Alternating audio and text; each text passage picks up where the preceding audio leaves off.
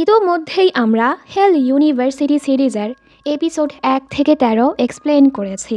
আর আজকের পর্বে নিয়ে এসেছি এপিসোড 14 থেকে 18। আর এটাই এই সিজনের শেষ পর্ব। তো গত পর্বের শেষে আমরা দেখেছিলাম জিরোম মূলত ম্যাডাম ভায়োলেট থেকে জেইনকে বাঁচানোর জন্যই ওকে বিষ দিয়েছিল। দেন জেইন আর ফ্রিটজির মাঝেও সম্পর্ক কিছুটা ভালো হয়ে গেছে। এরপর ক্যান্টিনে জেইনের বলাতে এসের পালং শাকে অ্যালার্জি থাকার পরও এস সেটা খেয়ে নিয়েছিল, যার ফলে এসের অবস্থা অনেক খারাপ হয়ে যায়।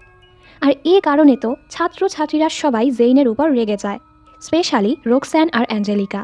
ওরা তো জেইনকে মেরে ফেলতেই যাচ্ছিল, তবে ঠিক সময় এস এসে জেইনকে বাঁচিয়ে নিয়েছে। এস রেগে দুই গ্যাংকে আদেশ দিয়েছে যারা যারা জেইনের এই অবস্থা করেছে তাদেরকে টার্গেট বানানোর জন্য, আর তাদের সাথে যা ইচ্ছে তাই করতে পারবে। আর ডাক্তার রেজনও জানতে পেরেছে জেইনের রক্তের মাধ্যমেই তাদের সেই ফর্মুলা সফল হবে, মানে জেইনের রক্ত দিয়েই তারা সেই অমৃতের সিরামটা বানাতে পারবে। এবার শুরু হয় এপিসোড 14। কাহিনী কিছুদিন পরে যায়। জেইন এখন পুরোপুরি সুস্থ হয়ে গেছে। সবাইকে এমন এড়িয়ে এড়িয়ে চলতে দেখে জেইন ভাবে, সবাই আমার সাথে এমনটা কেন করছে? আমি তো ইচ্ছে করে এসকে অসুস্থ করিনি, এরপরও কি আমি এসবের যোগ্য? ওর খুবই কষ্ট হয়। ও তো আর জানে না এস এরপর কি করেছে। এরপর জেইন এসের কাছে গিয়ে বলে, আমি জানি আমার কারণে তোমার যে অবস্থা হয়েছে ওরা কখনোই আমাকে ক্ষমা করতে পারবে না, এজন্যই ওরা আমাকে এড়িয়ে চলছে। এস বলে, তুমি ভুল বুঝছ, দূরত্ব বজায় রেখেই ওরা তোমাকে সম্মান জানাচ্ছে। তুমি বেহুশ থাকা অবস্থায় অনেক কিছুই বদলে গেছে, ক্যাম্পাসের সিকিউরিটি আরও বাড়িয়ে দেওয়া হয়েছে, আর যারা তোমার ওই অবস্থা করেছে তাদের সবাইকে শাস্তি দেওয়া হয়েছে। জেন কিছুটা ঘাবড়ে বলে, কিসের শাস্তি? এস বলে, সে ব্যাপারে তোমার না জানাই ভালো। আর হ্যাঁ, রোকস্যানকে হেল ইউনিভার্সিটির কুইন পদ থেকে সরিয়ে দেওয়া হয়েছে। এখন থেকে তুমি হেল ইউনিভার্সিটির নতুন কুইন।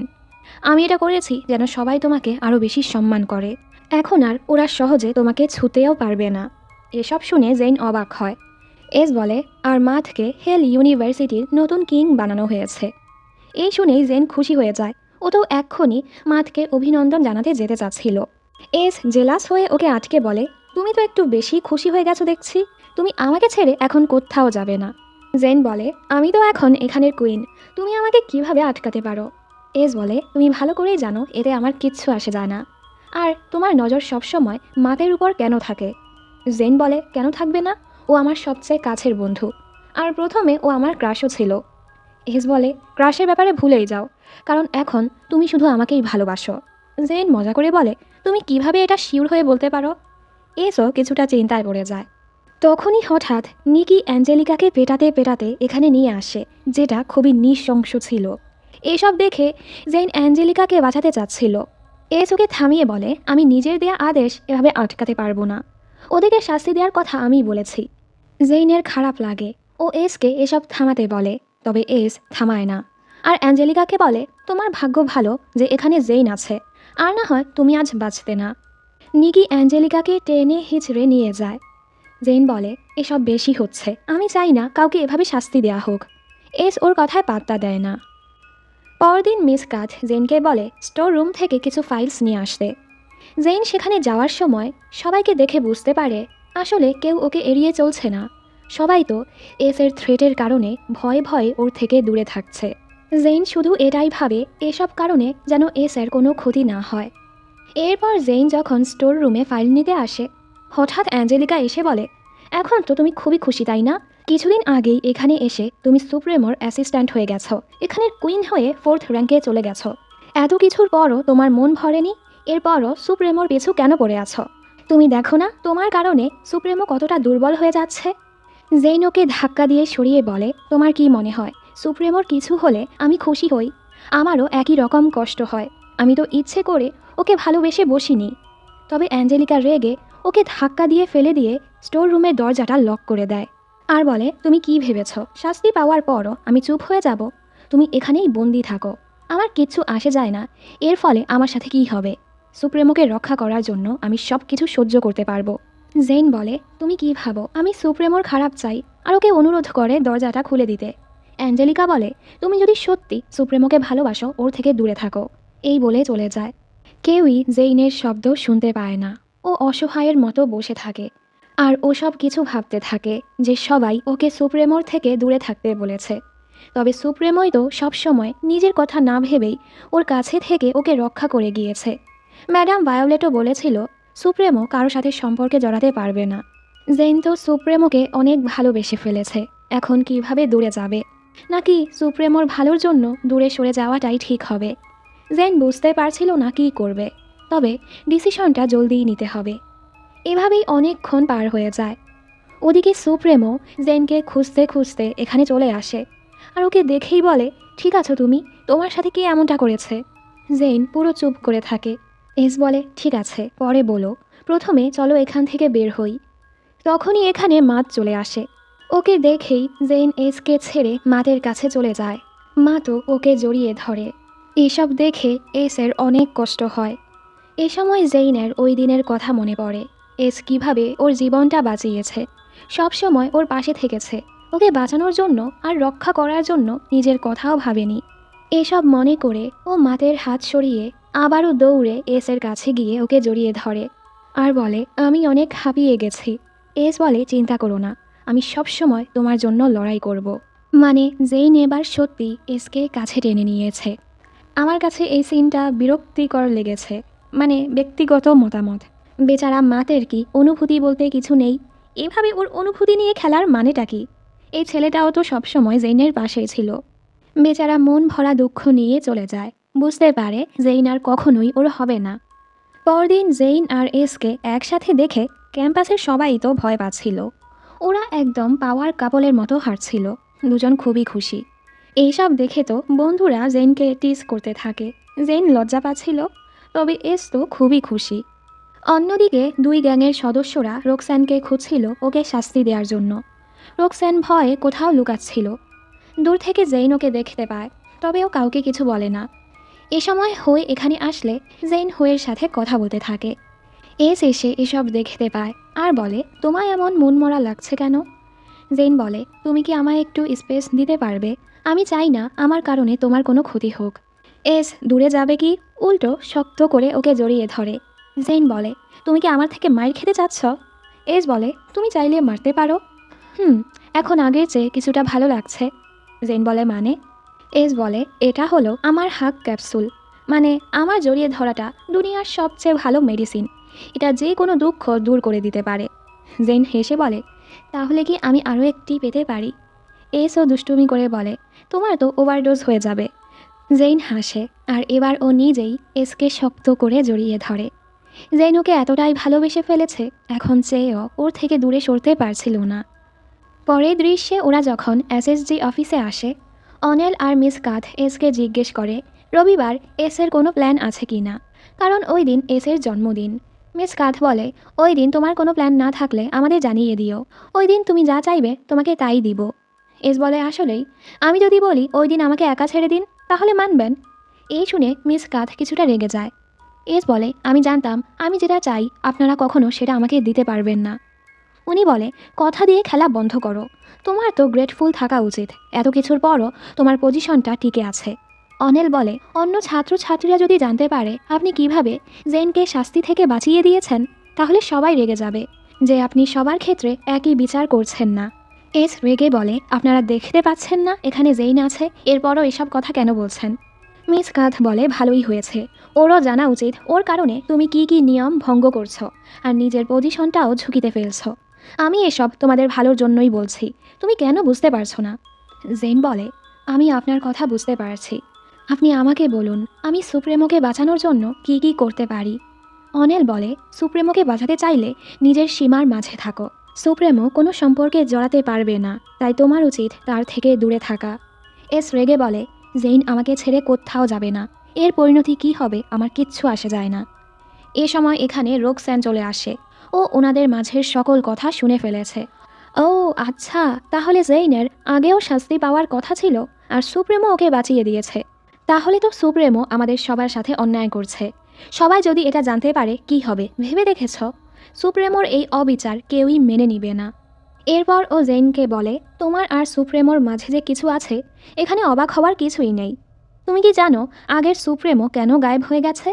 একই ভুল লাক্সও করেছিল, যেটা এখন সুপ্রেমও করছে তোমার সাথে সম্পর্কে জড়িয়ে। এসব শুনে জেইন পুরো থমকে যায়। রোকসান বলে, শুধু অপেক্ষা করো, আমি সবাইকে তোমাদের সম্পর্কের ব্যাপারে জানিয়ে দেওয়ার পর কি হয় সেটা দেখে নিও। জেইনের এসের জন্য চিন্তা হয় আর রোকসানের পায়ে পড়ে অনুরোধ করতে থাকে যেন কাউকে কিছু না বলে। এস ওকে এসব করতে নিষেধ করে, ওর তো রোকসানের উপর অনেক রাগ হয়।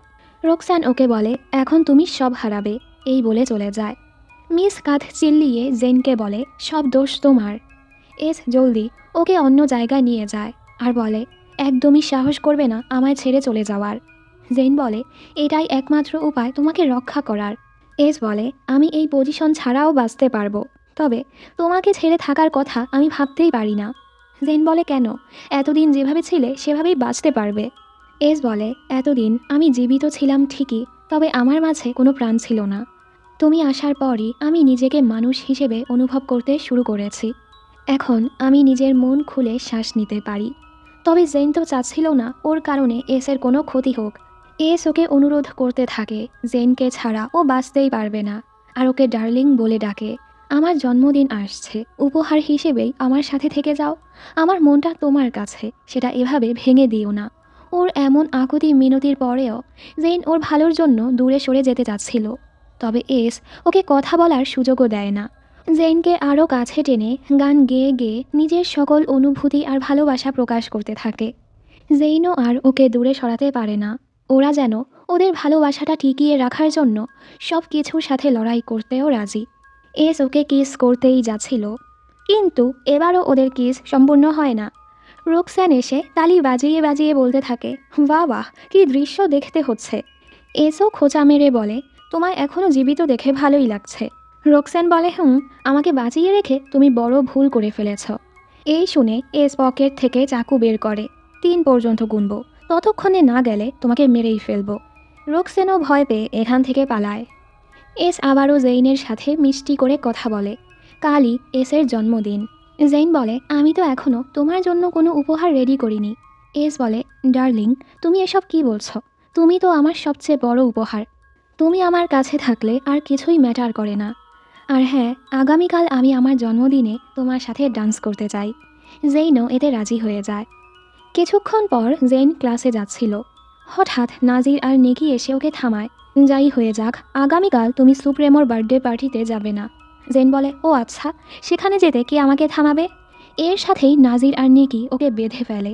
এ সময় নকল রেজ এসে বলে, তোমরা কি করছো? নাজির বলে, এতে তোমার কি? নকল রেজ বলে, তোমরা চাইলে আমার হেড কোয়ার্টারে জেনকে রাখতে পারো, কারণ আমি চাই না জেন তোমাদের গ্যাং মেম্বারদের সাথে থাকুক, সেখানে ওর বিপদ হতে পারে। নিকি বলে, এখন তুমি ওকে নিয়ে চিন্তা করছো? তুমিই তো একদিন ব্লাডি নাইটে ওকে একা ছেড়ে দিয়েছিলে। নকল রেজ বলে, আমি শুধু সাজেশন দিয়েছি, তোমাদের যা ইচ্ছে করো, এই বলে চলে যায়। জেইন ওদের বলে, তোমরা আমার সাথে এমনটা কেন করছো? নিকি বলে, তুমি বুঝতে পারছো না, আমরা এসব সুপ্রেমোকে রক্ষা করার জন্য করছি। হেল ইউনিভার্সিটিতে ভালোবাসার কোনো জায়গা নেই, এখানে ভালোবাসা বিষের মতো। জেন বলে, ও তাহলে তোমরা কি করছো?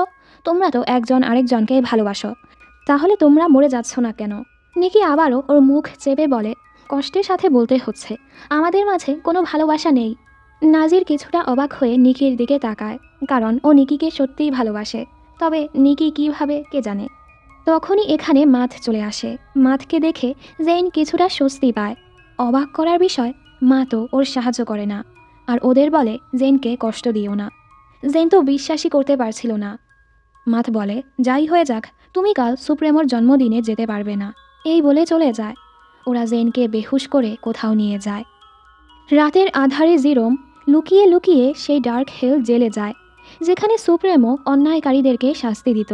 জিরোম সেখানের তালা খুলে ভেতরে ঢোকে আর কিছু একটা করে আবারও সেখান থেকে চলে যায়।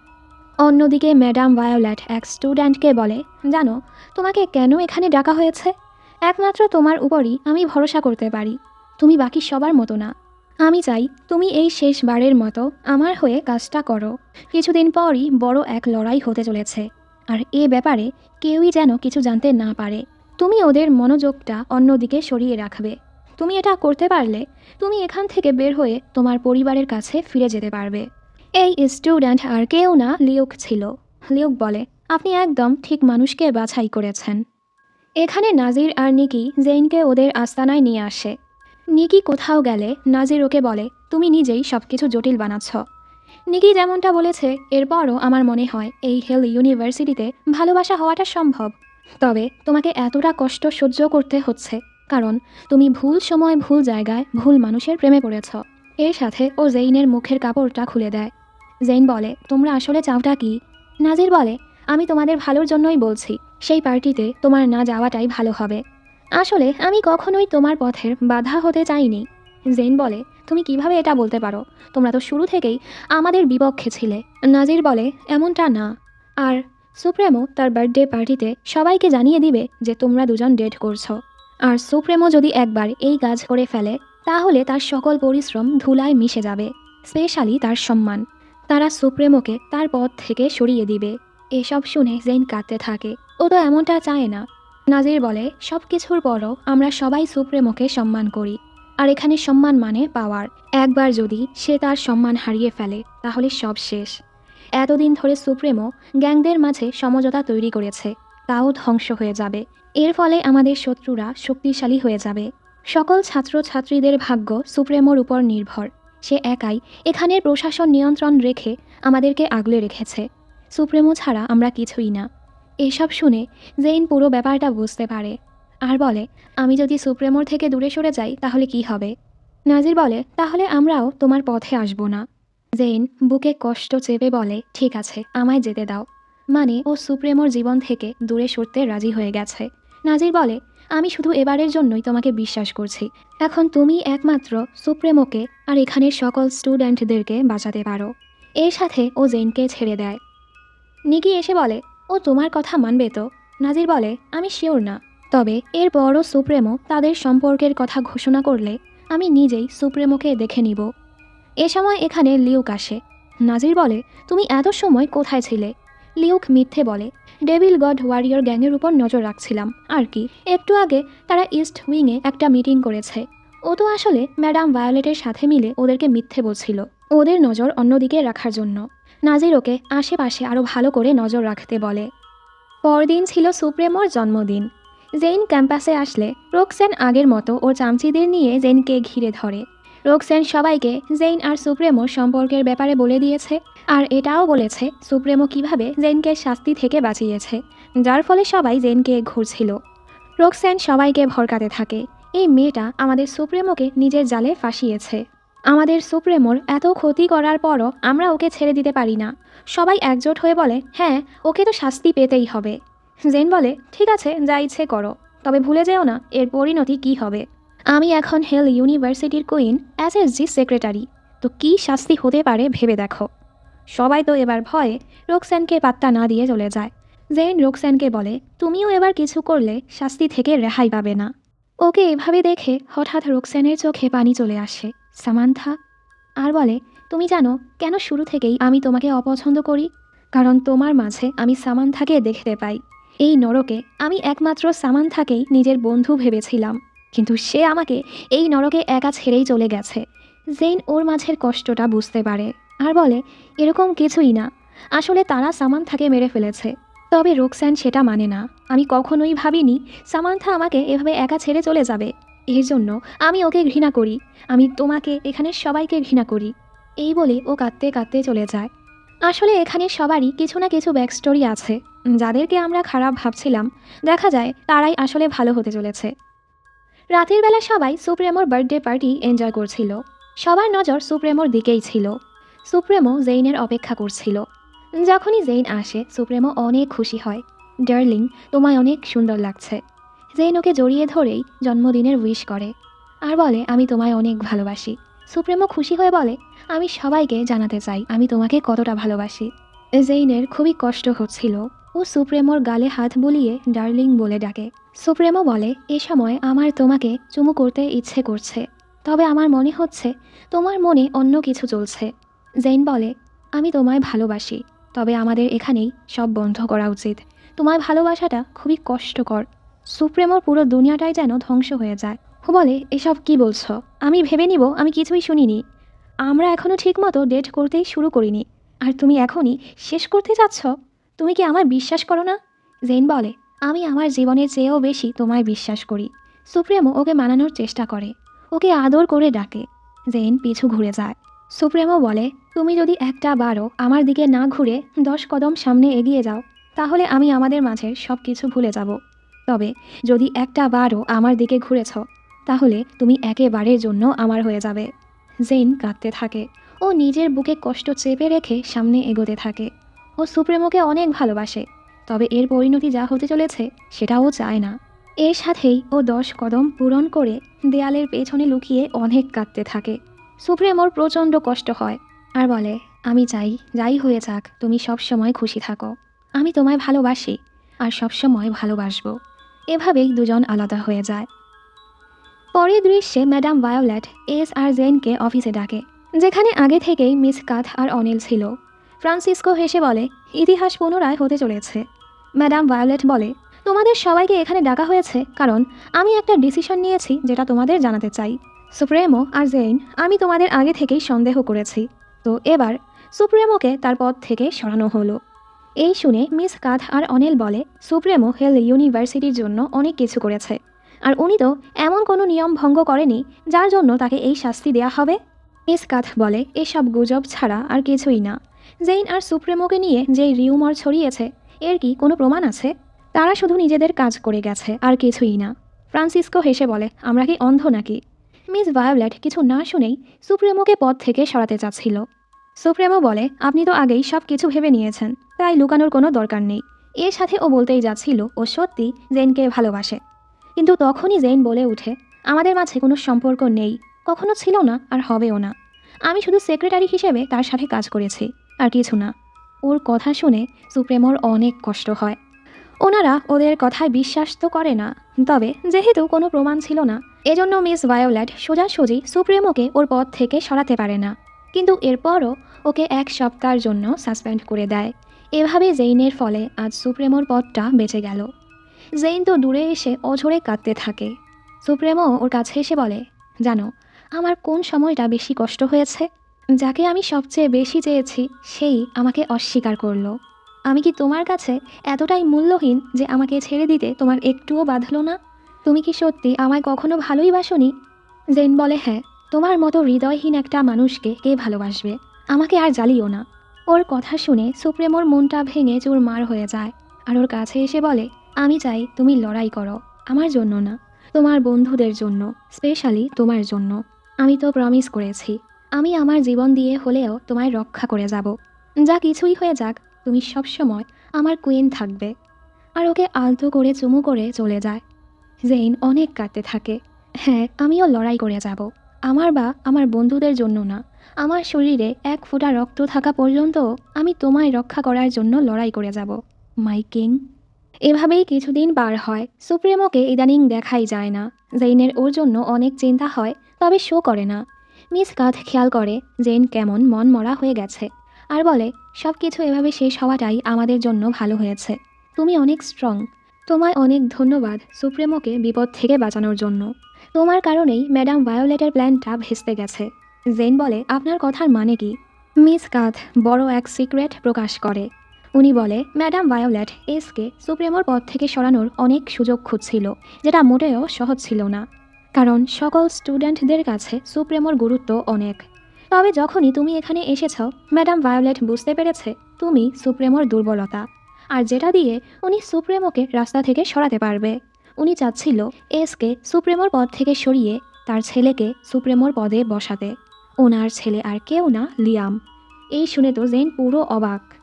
এরপর জেইন হলে লিয়ামকে দেখতে পায়। লিয়াম ওকে হাই বলে। জেইন ভাবতে থাকে, মনে হয় না লিয়াম খারাপ হবে, কিন্তু কি হবে তা তো সামনেই দেখা যাবে। এরপর জেইন ওই অমৃতের ব্যাপারে জানার জন্য লাইব্রেরি থেকে কিছু বই বের করে। রাজা কুইন শিয়নের অমরত্বের রহস্য, গোপন এক ফর্মুলা যেটা মানুষকে চির যৌবনত্ব আর অমরত্ব দিবে। জেইন ভাবতে থাকে, এর সাথেই কি হেল ইউনিভার্সিটি ল্যাবের কানেকশন আছে? পরের দৃশ্যে ক্লাস শেষে স্যার আলভারেজ জেনকে থামিয়ে বলে, আমাদের অনেক দেরি হয়ে গেছে। জানা গিয়েছে তারা সেই ফর্মুলা বানাতে সাকসেসফুল হয়ে গেছে। আজ বা হোক কাল তারা সেটা বানিয়েও ফেলবে, আমাদের আর কিছুই করার থাকবে না। জেন বলে, তাহলে তো আমাদের এখনই কিছু করা উচিত, আমরা তাদেরকে এভাবে জিততে দিতে পারি না। উনি বলে, তুমি এখন যাই করছো থামিয়ে দাও, আমি চাই না আমার কারণে তুমি কোনো বিপদে পড়ো। উনি যাওয়ার পর জেন বুঝতে পারে না ওর এখন কি করা উচিত। এজন্য ও এসের দেয়া চাকুটা বের করে। হঠাৎ জিরোম আসলে জেন ঘাবড়ে ওর হাত থেকে চাকুটা পড়ে যায়। জিরোম সেটা দেখে অবাক হয়ে বলে, তুমি এটা কোথায় পেলে? তুমি জানো এই চাকুতে থাকা এই চিহ্নটা কার? জেন বলে, ডেভিল গড ওয়ারিয়র গ্যাংয়ের। জিরোম বলে, না, এই চিহ্নটা রেজ সিলভ্যানিয়ার। জেন অবাক হয়ে বলে, তুমি এত কিছু কিভাবে জানো? জিরোম বলে, তোমাকে এখন সত্যটা জানানো উচিত। আসলে আমি ডেভিল গড ওয়ারিয়র গ্যাংয়ে জয়েন হয়েছি। জেন অবাক হয়। জিরম বলে, আপাতত ব্যাপারটা ভ্যানেসাকে জানিও না। আর খুব শীঘ্রই এখানে অনেক কিছু হতে চলেছে। আমরা খবর পেয়েছি ম্যাডাম ভায়োলেট আর ফ্রান্সিসকো কোনো বড় এক চাল চালছে, যেটা সবার জন্য বিপজ্জনক। জেন বলে, তুমি যে এই গ্যাংয়ে জয়েন হয়েছ এই ব্যাপারটা কে কে জানে? জিরম বলে, ছেলে বন্ধুরা সবাই জানে, এখন তুমি। জেন আর কিছুই বলে না। ও ডর্মে ফিরে যাওয়ার সময় বুঝতে পারে জিরমও ওদের রক্ষা করার জন্য গ্যাংয়ে জয়েন হয়েছে। এখানে মাথ একা একা ড্রিঙ্ক করছিল। জেইন ওর পাশে বসে আর জিজ্ঞেস করে, ওই দিন কেন তুমি আমার সাহায্য করনি? বলে, সব কিছুতে ভারসাম্য বজায় রাখতে আমাকে এটা করতে হয়েছে। সুপ্রেমোর তার পজিশনে টিকে থাকাটা অনেক গুরুত্বপূর্ণ।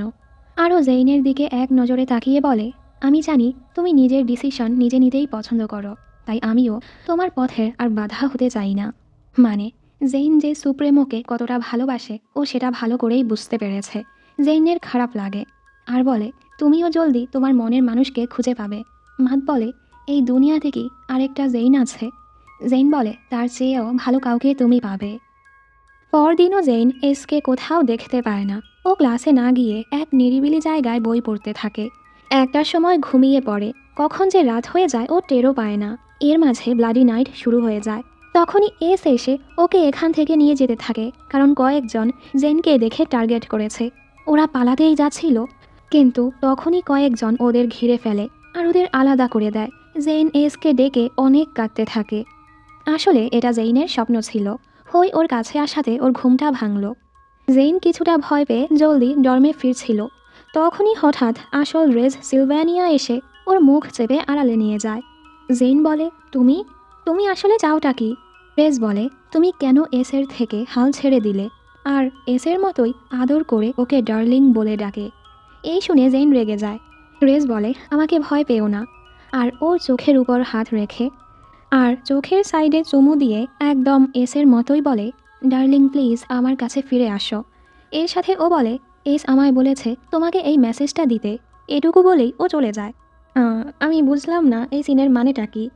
জেইন তো শুধু এসের কথাই ভেবে যাচ্ছিল। ডর্মে ফেরার সময় ও ভাবে এই রেজটা আসলে কে।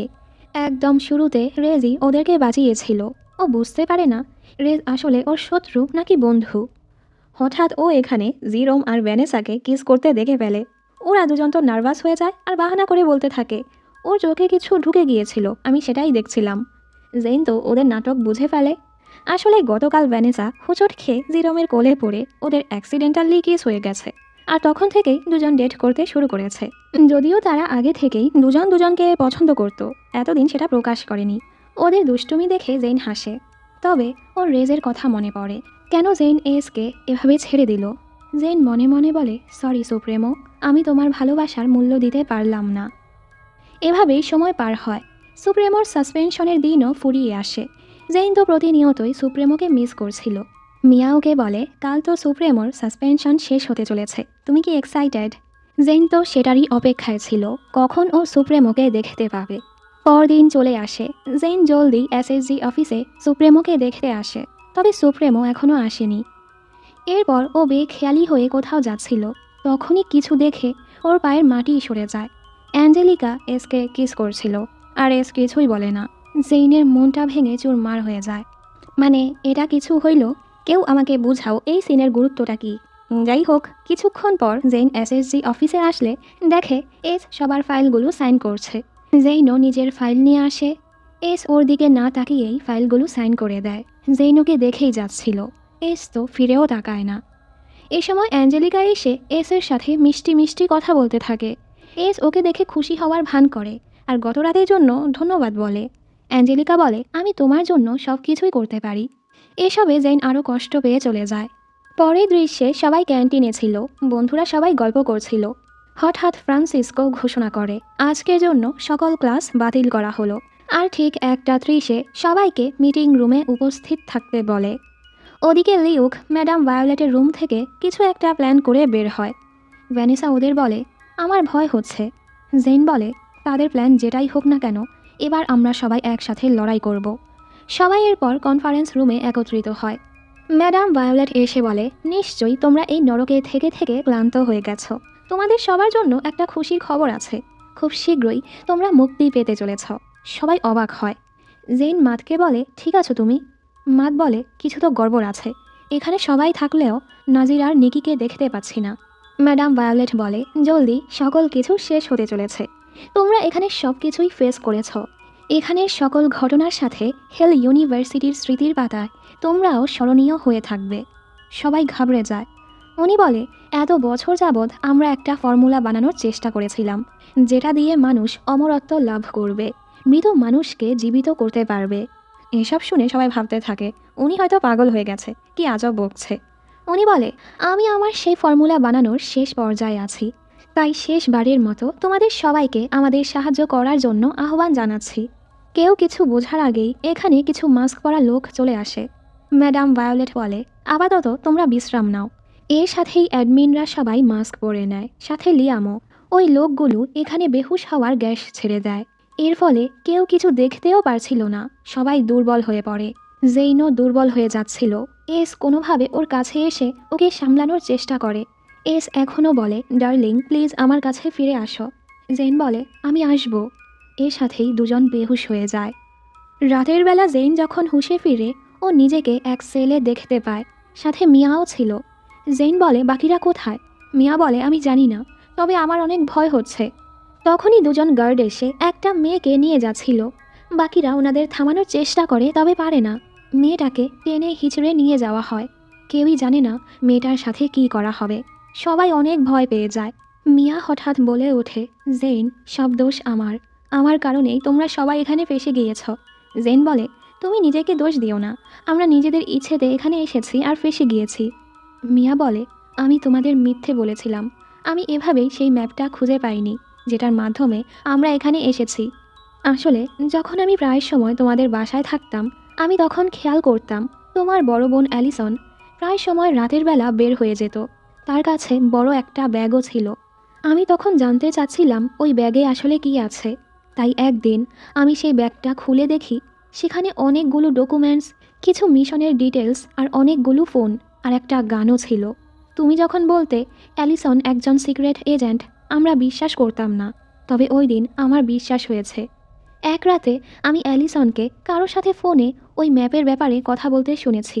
সেখান থেকেই আমার হেল ইউনিভার্সিটি নিয়ে আগ্রহ হয়েছে।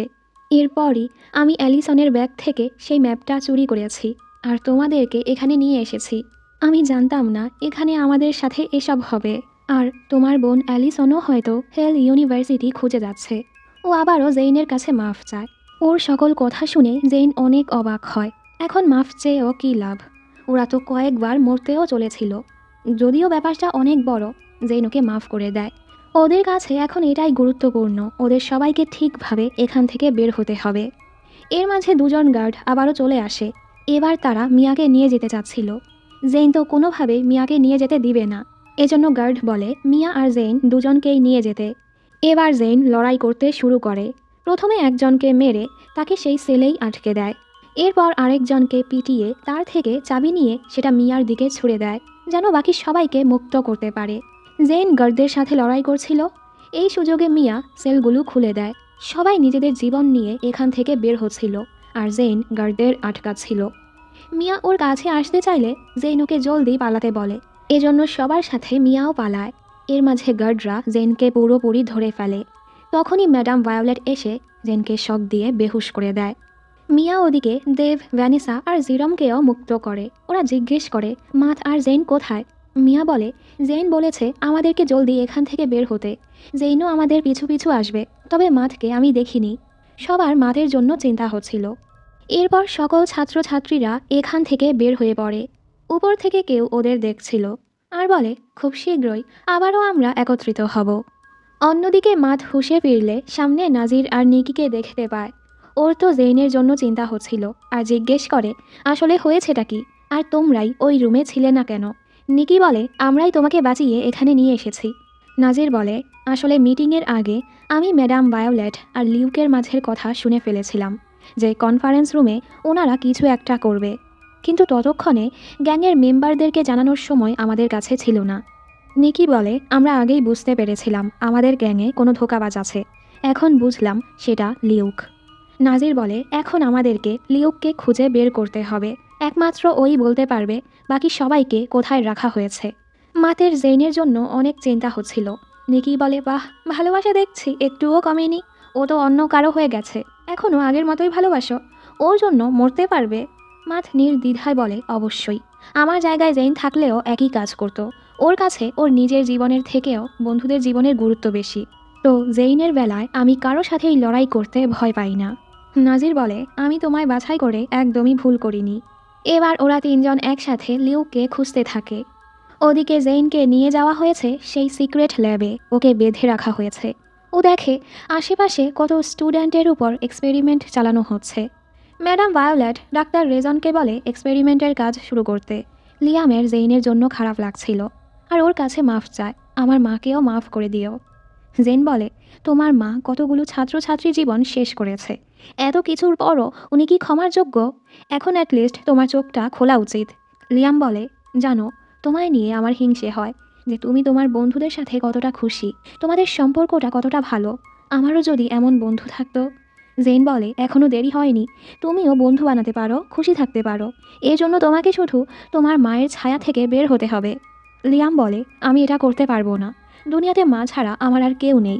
জেন বারবার ওকে অনুরোধ করে সাহায্যের জন্য। লিয়াম ওকে সরি ছাড়া কিছুই বলতে পারে না। এ সময় ম্যাডাম ভায়োলেট ডাক্তার রেজনকে কাজ শুরু করতে বলে।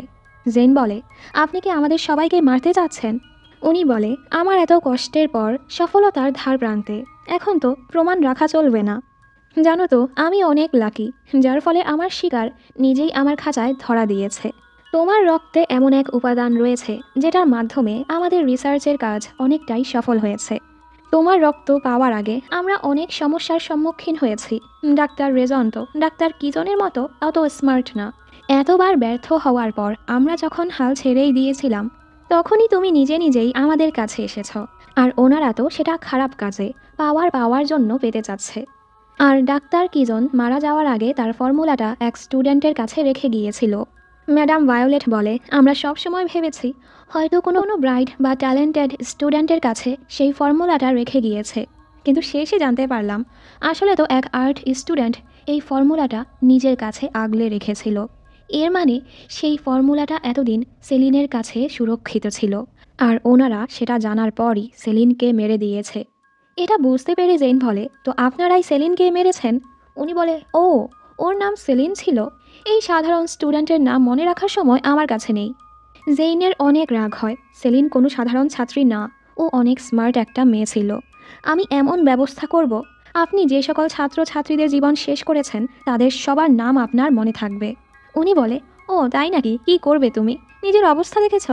জেইন বলে, সুপ্রেমো আমাকে বাঁচাতে আসবে, আমি ওকে যেমন করে চিনি আপনি ওকে চেনেন না। ওর কথা শুনে উনি হাসে। আর ডাক্তার রেজন জেইনের শরীর থেকে রক্ত বের করতে শুরু করে, যেটার মাধ্যমে ওনাদের ফর্মুলাটা সফল হবে। ম্যাডাম ভায়োলেট খুবই খুশি। জেইন যন্ত্রণায় চিল্লাচ্ছিল, যা দেখে লিয়াম আর নার্স চায়ের খুবই খারাপ লাগে। অন্যদিকে এসকে স্টোর রুমে বন্দি করে রাখা হয়েছে। হুশে ফিরলে দেখে মিস কাথ ওকে পাহারা দিচ্ছে। এস জিজ্ঞেস করে, জেইন কোথায়? উনি বলে, জেইন এখন বিল্ডিংয়ের নিচের বেসমেন্টে সিক্রেট ল্যাবে, সেখানে তারা জেইনের শরীর থেকে যত পারবে রক্ত বের করবে। অবশেষে ম্যাডাম ভায়োলেট তার কাজে সফল হতে চলেছে, সেটা হতেই এই হেল ইউনিভার্সিটিতে আমাদের নরকের জীবনের সমাপ্তি ঘটবে। এস বলে, আপনি এসব কি বলছেন, আপনি কখনোই ওনাদের মতো ছিলেন না। উনি বলে, তোমার কেন মনে হয় আমি ম্যাডাম ভায়োলেটের মতো না? এত বছর ধরে আমি চুপচাপ স্টুডেন্টদের মরতে দেখেছি, ওদের বাঁচানোর জন্য কিছুই করতে পারিনি, তো আমিও তাদের মতোই স্টুডেন্টদের মৃত্যুর জন্য দোষী। এস বলে, আমি জানি আপনি তাদের মতো না, আপনি তাদের মতো ওই সিরামের পিছু পাগল না। আপনি তো সবসময় চেয়েছেন যেন সকল স্টুডেন্টরা এই নরক থেকে মুক্তি পায়, যেন এই মরণ খেলাটা শেষ হয়। আপনিও যেন আপনার পরিবারের কাছে ফিরে যেতে পারেন। আমি জানি আপনি সবসময় আমাদের ভালোটাই চেয়েছেন। এবার মিস কাথও নিজের হুঁশে আসে আর বলে, আমি চাই তোমরা শুধু ঠিকভাবে এখান থেকে বের হও। এস বলে, তার জন্য আমার কাছে একটা প্ল্যান আছে, আর এর জন্য আমার আপনার সাহায্য লাগবে। ম্যাডাম ভায়োলেট আর ফ্রান্সিসকোকে তাদের শাস্তি তো পেতেই হবে, আর জেনকেও বাঁচাতে হবে। আমি প্রমিস করছি আজ রাতেই সব শেষ হবে। উনি বলে, যদি তোমার প্ল্যান সফল না হয়? এস বলে, আমি সুপ্রেমো, আমি কখনো ফেল হব না। ওর কনফিডেন্স দেখে মিস কাথ ওকে ছেড়ে দেয় আর বলে কিভাবে বেসমেন্টে জেইনের কাছে পৌঁছাবে, আর সেখানে চাবিও দিয়ে দেয়। এস জলদি ল্যাবের দিকে ছুটতে থাকে। ওদিকে জেইনের শরীর থেকে এত রক্ত বের করার ফলে ওর অবস্থা খারাপ হচ্ছিল। নার্স চায়ের খারাপ লাগে। উনি ডাক্তার রেজনকে থামতে বললেও ওনারা থামে না। এসব দেখে নার্স চা চুপ থাকতে পারে না, আর এখানের ইমার্জেন্সি অ্যালার্ম বাজিয়ে দেয় আর জেইনকে ছেড়ে দিতে বলে। ম্যাডাম ভায়োলেট অনেক রেগে যায়, আর ওনার আদেশে গার্ডরা এসে নার্স চাকে বেহুশ করে কোথাও নিয়ে যায়। এখানে এস ল্যাবের ভেতর চলে এসেছে। ও দূর থেকে জেইনকে দেখতে পায়, তবে সামনে অনেক গার্ড ছিল। জেইনের কাছে পৌঁছানোর জন্য এস তাদের সাথে লড়াই করতে থাকে। শব্দ শুনে ম্যাডাম ভায়োলেট বিপদ বুঝতে পারে। উনি গার্ডদের আদেশ দেয় চারপাশে সব ঘিরে ফেলতে, আর জেইনকে এভাবে ফেলেই ওনারা বের হয়ে যায়। এস এখানে সকল গার্ডদের মেরে জেইনের কাছে পৌঁছায়। জেইনের অবস্থা খুবই খারাপ ছিল। এস বলে, তোমার কিচ্ছু হবে না, আমি তোমার সাথেই আছি। জেইন তো খুবই ভয়ে ছিল। যখন বুঝতে পারে সত্যি এস ওকে বাঁচাতে এসেছে, ও শান্ত হয়। এস বলে, সরি দেরি করে আসার জন্য। তুমি তো শেষবার বলেছ আমার কাছে ফিরে আসবে, সেটা ভুলে যাওয়ার সাহসও করবে না। প্রমিস করো আমায় আর কখনো একা ছেড়ে যাবে না। জেইন বলে, আমি কিছু প্রমিস করতে পারবো না, তবে আমি শেষ পর্যন্ত তোমার সাথেই থাকবো। দেন ও ওর বন্ধুদের ব্যাপারে জিজ্ঞেস করে। এস বলে, সবাই ঠিক আছে, আর নিজের চাকুটা জেইনকে নিয়ে এখান থেকে বের হওয়ার চেষ্টা করে। তখনই অনেক গার্ডরা ওদেরকে ঘিরে ফেলে। এস আর জেইন দুজনই তাদের সাথে লড়াই করতে থাকে, আর এই সিনটা আসলেই দুর্দান্ত ছিল। একটা সময় একজন জেইনকে মেরে ফেলতেই যাচ্ছিল। এই নরকে জেইন আর কতক্ষণ নিজেকে শান্ত রাখবে। একটা সময় জেইন পাগলের মতো সবগুলাকে চাকু দিয়ে মারতে থাকে, যা দেখে এসও ঘাবড়ে যায় আর ওকে শান্ত করে। এখানে সবগুলা গার্ডকে মেরে ওরা বের হতে থাকে। এতক্ষণে এসের অবস্থা খারাপ হয়ে গেছে। অন্যদিকে বাকি ছাত্রছাত্রীদের দেখানো হয়। কয়েকজন তো রেগেছিল, আমরা কার অপেক্ষা করছি, আমাদের এক্ষুনি পালানো উচিত। মিয়া রেগে ওকে চড় মেরে দেয়। জেইন নিজের জীবনের ঝুঁকি নিয়ে আমাদের পালাতে সাহায্য করেছে, আর তোমরা ওকেই ফেলে চলে যেতে চাচ্ছ? আর ছেলেটিকে আবারও পেটাতে থাকে। দেব ওকে শান্ত করে। এখানে এক একজন এক এক কথা বলছিল। অ্যাঞ্জেলিকাও চিল্লিয়ে বলে, তোমরা সবাই আসলে একটা ভীতু। তোমরা সবাই শুধু এখান থেকে বের হওয়ার কথাই ভাবছ। তোমাদের কারো কি কোনো রাগ হচ্ছে না? যারা আমাদেরকে এতদিন ধরে অত্যাচার করেছে তাদের কি শাস্তি পাওয়া উচিত না? তোমরা কি তাদেরকে শাস্তি দেওয়ার কথা ভাবো না? তাদের সাথে লড়াই করার কথা ভাবো না? আসলে তোমরা কেউই জেইনের একটা চুলেরও যোগ্য না। জেইন এখানে এসে অল্প দিনে যা করেছে তোমরা তো এর কিছুই করতে পারোনি। শুধু ভীতু আর স্বার্থপরের মতো পালাতে চাচ্ছ। কিন্তু আমি তোমাদের মতো না। আমি আর তাদেরকে ভয় পাবো না, তাদের সাথে লড়াই করব। ওর কথা শুনে এবার অনেকেই বলে, হ্যাঁ এবার আমরা লড়াই করব। ফ্রিটজি বলে, আমি শিওর সুপ্রেমো এখনও ভেতরে। সে কতবার নিজের জীবনের বাজি রেখে আমাদেরকে বাঁচিয়েছে, তাই আমরা তাকে এই লড়াইয়ে একা ছাড়তে পারি না। সবাই বলে, হ্যাঁ সুপ্রেমো আমাদের বাঁচিয়েছে, তাই এখন আমরাও সুপ্রেমোর পাশে থাকব। দেব বলে, এখন আমরা সবাই একসাথে লড়াই করব, তবে আপাতত কেউ কোনো শব্দ করো না, আর না হয় শত্রুরা আমাদের পেয়ে যাবে। ওদিকে নাজিররা লিউককে খুঁজে পেয়েছে। মাত রেগে বলে, তুমি জানতে আমাদের সবার জীবন ঝুঁকিতে, এরপরও আমাদেরকে কেন জানাওনি? লিউকও নিজের ভুলটা বুঝতে পারে। আমি তখন একটা বোকা ছিলাম। আমি ভেবেছি তাদের সাহায্য করলে তারা আমাকে এখান থেকে মুক্তি দিবে, আমি আমার পরিবারের কাছে ফিরে যেতে পারবো। কিন্তু ওনারা তো শুধু আমাকে ব্যবহার করেছে। আরও নাজিরকে বলে, আমি তো শুধু চেয়েছি তুমি যেন আমাকে সম্মান করো, যেটা আমি কখনোই পাইনি। নাজির বলে, বিশ্বাসঘাতকেরা কখনোই সম্মান ডিজার্ভ করে না, তবে আমি তাদেরকে দ্বিতীয় সুযোগ দিয়ে থাকি যারা নিজেদের ভুল শুধরাতে চায়। এবার লিউকও বলে দেয় জেইনকে তারা সিক্রেট ল্যাবে নিয়ে গেছে, যেটা অ্যাডমিন বিল্ডিংয়ের বেসমেন্টের পশ্চিম দিকে অবস্থিত। যা শুনে ওরা সবাই অবাক। এতদিন মরিয়া হয়ে ওরা যে সিক্রেট ল্যাব খুঁজেছে সেটা আসলে কতটা কাছে ছিল। নাজির আবারও লিউকের দিকে বন্ধুত্বের হাত বাড়িয়ে দেয়। ওরা সবাই সেদিকেই যেতে নিচ্ছিল। তখনই এখানে রোকস্যান আর নকল রেজ চলে আসে। এবার হয়তো ব্ল্যাক ব্লাড গ্যাং আর ডেভিল গড ওয়ারিয়র একসাথে শত্রুদের সাথে লড়াই করবে। এখানে এস ওর পায়ে খুব বাজেভাবে আঘাত পেয়েছে, ওর হাঁটতেও কষ্ট হচ্ছিল। বাহিরে হয়তো ম্যাডাম ভায়োলেট ওদেরই অপেক্ষা করছে। ওরা বাঁচতে পারবে কিনা শিওর না। সুপ্রেমো বলে, আমি আমার জীবন দিয়ে হলেও তোমায় রক্ষা করব। লড়াই শেষে আমি চাই এখান থেকে বের হয়ে তোমার সাথে সাধারণ একটা জীবন কাটাতে। সারাটা জীবন আমি তোমার সাথে কাটাতে চাই, সুপ্রেমো হয়ে না, এস ক্রেজ হয়ে, তোমার এস হয়ে। এসব শুনে জেন ওকে জড়িয়ে ধরে চুমু খায়। এরপর ওরা কোনোভাবে সেই সিক্রেট ল্যাব থেকে বের হয়। তবে সামনেই শত্রুরা ওদের অপেক্ষা করছিল আর ওদের ঘিরে ফেলে। ফ্রান্সিসকো বলে, জেনকে আমাদের হাতে তুলে দাও, তাহলেই তোমাকে বাঁচতে দিব। জেন বলে, আমি তোমাদের সাথে গেলে তোমরা কি ওকে ছেড়ে দিবে? এস ওকে থামিয়ে দিয়ে বলে, তোমায় কে বলেছে তুমি আমাকে ছেড়ে যেতে পারবে? জেন বলে, তোমার এই অবস্থায় আমরা তাদের সাথে লড়াই করতে পারবো না। এস বলে, তুমি শুধু চোখ বন্ধ রাখো আর আমার উপর বিশ্বাস করো। জেইনও চোখ বন্ধ করে। এস এই অবস্থাতেই গার্ডদের সাথে লড়াই করছিল, যেন নিজের ভালোবাসা মানুষটাকে এই শয়তানদের থেকে বাঁচাতে পারে। কিন্তু তখনই ম্যাডাম ভায়োলেট গুলি চালায়, যেটা এস এর বুকের সাইডে দিয়ে চলে যায়। জেইন অনেক ভয় পেয়ে যায়। এরপরও এস বলে, আমি বেঁচে থাকতে তোমরা আমার জেইনকে নিতে পারবে না। ম্যাডাম ভায়োলেট বলে, তাই নাকি? তাহলে তোমাকে মেরেই নিয়ে যাব। এর সাথে উনি আবারও গুলি চালাতে গেলে লিয়াম আর এসব সহ্য করতে না পেরে ওনাকে শক্ত করে জড়িয়ে ধরে। মা প্লিজ এসব করো না। ওনাকে বোঝানোর চেষ্টা করে এসব কতটা অন্যায়। উনি বলে, তুমি এসব কি বলছো? আমার এত বছরের কষ্ট সাধনা, এখন যখন আমার স্বপ্ন পূরণের শেষ ধাপে আছি, তখন তোমার কারণে আমি থামতে পারবো না। লিয়াম এরপরও মাকে ছাড়ে না। ম্যাডাম ভায়োলেট বলে, আমি 3 পর্যন্ত গুনব। 1, 2। লিয়াম এরপরও ওনাকে বোঝানোর চেষ্টা করে। উনি ওনার ক্ষমতার জন্য এতটাই মরিয়া ছিল যে নিজের ছেলেকেই মেরে দেয়, যা দেখে সবাই স্তব্ধ হয়ে যায়। লিয়াম মায়ের দিকে অসহায় করে তাকিয়ে থাকে। ম্যাডাম ভায়োলেট বলে, চিন্তা করো না, ফর্মুলা সফল হওয়ার পরই আমি তোমাকে বাঁচিয়ে নিব। লিয়াম মাটিতে লুটিয়ে পড়ে। জেইন আর এসের ওর জন্য অনেক খারাপ লাগে।